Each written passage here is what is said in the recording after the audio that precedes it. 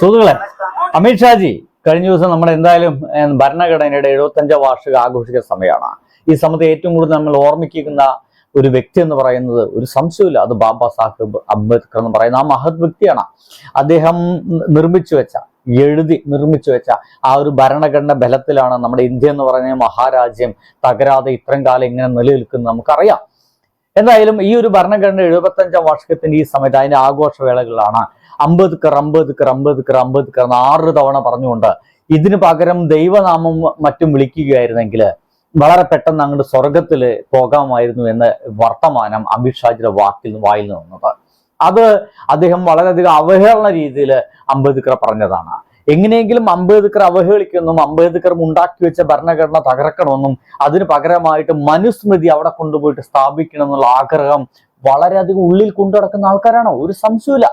ആ ആഗ്രഹം വളരെയധികം ഉണ്ട്.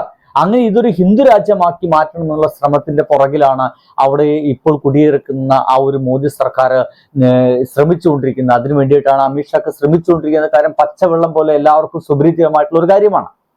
ഇതിനിടയ്ക്കാണ് ഈ ഒരു അംബേദ്കർ അപമാനിക്കുന്ന രീതിയിൽ ഇദ്ദേഹം ഇങ്ങനെ വർത്തമാനം പറയും. പക്ഷേ ആ ഒരു വർത്തമാനം പറഞ്ഞത് സിമ്പിളായിട്ട് അത് അങ്ങനെ തള്ളിപ്പോകുമെന്നാണ് അമിത്ഷാ വിചാരിച്ചത്. പക്ഷേ സംഗതി അങ്ങോട്ട് തള്ളിപ്പോയില്ല, അത് വലിയ പ്രശ്നമായി എന്നുള്ളതാണ്. എന്തായാലും അവിടെ വെച്ചിട്ട് തന്നെ ഗംഭീരമായിട്ട് മറുപടി പ്രതിപക്ഷം നൽകുന്നുണ്ട്. എനിക്കിപ്പോൾ കോൺഗ്രസിനോട് ഒരു വലിയ ബഹുമാനമൊക്കെ തോന്നിപ്പോകുന്നുണ്ട്. ശക്തമായിട്ട് പ്രതികരിക്കാനൊക്കെ തുടങ്ങിയിട്ടുണ്ടെന്നേ. എന്തായാലും അമിത്ഷാ പറഞ്ഞതിന്റെ അതേപോലെ രീതിയിൽ തന്നെ അമിത്ഷാ ഇഷ്ടപ്പെടുന്നത് ഒരുപക്ഷെ ഇദ്ദേഹത്തെ ആയിരിക്കില്ല, ബാബാ സാഹേബ് അംബേദ്കർ ആയിരിക്കില്ല. നിങ്ങൾ നമോ നമോ നമോ നമോ ഇത് മാത്രമായിരിക്കും നിങ്ങൾ ഇഷ്ടപ്പെടുന്നുണ്ടായിരിക്കും. ഇതിൽ അദ്ദേഹത്തെ കളിപ്പിക്കുന്നുണ്ട്. എന്തായാലും നമുക്ക് കേട്ടു നോക്കാം. अम्बेडकर अम्बेडकर अम्बेडकर अम्बेडकर अम्बेडकर नरेंद्र क्या मतलब है? मोदी का मतलब मो तो नमो नमो नमो नमो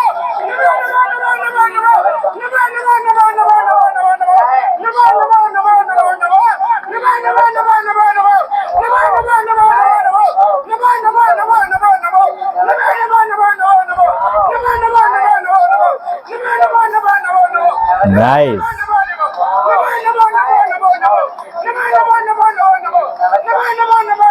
പ്രതിഷേധം എന്ന് പറഞ്ഞാൽ ഇതാണ് കേട്ടോ.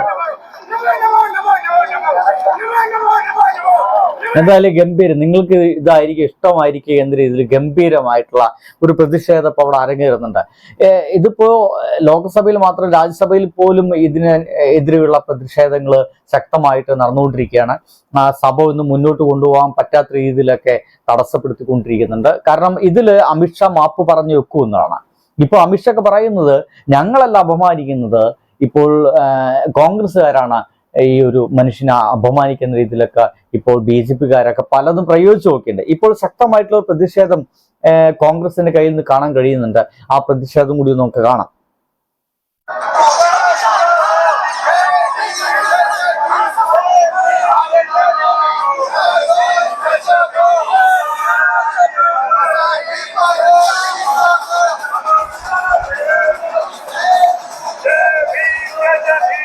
ജയ് ഭീം കിടന്നു, മുദ്രാവാക്യം കിടന്ന് അലയടിക്കാൻ.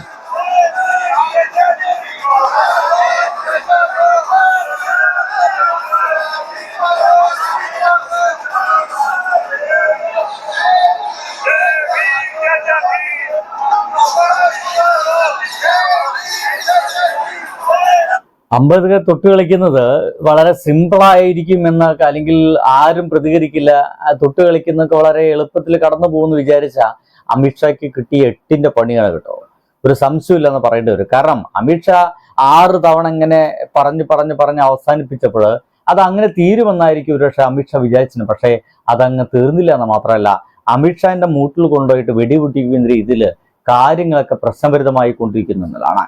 എന്തൊക്കെയായാലും ശക്തമായിട്ട് കോൺഗ്രസ് ഇതിനെതിരെ പ്രതികരണത്തിന് ഇറങ്ങിയിട്ടുണ്ട്. ഈ ഒരു സമയത്തൊക്കെ കോൺഗ്രസ് ചെയ്യേണ്ടത് ചെയ്യുന്നു എന്നൊരു തോന്നലാണ് എനിക്കുണ്ടാവുന്നത്. എന്താണ് നിങ്ങൾ ഇതിനെപ്പറ്റി ചിന്തിക്കുന്നത് എനിക്കറിയില്ല.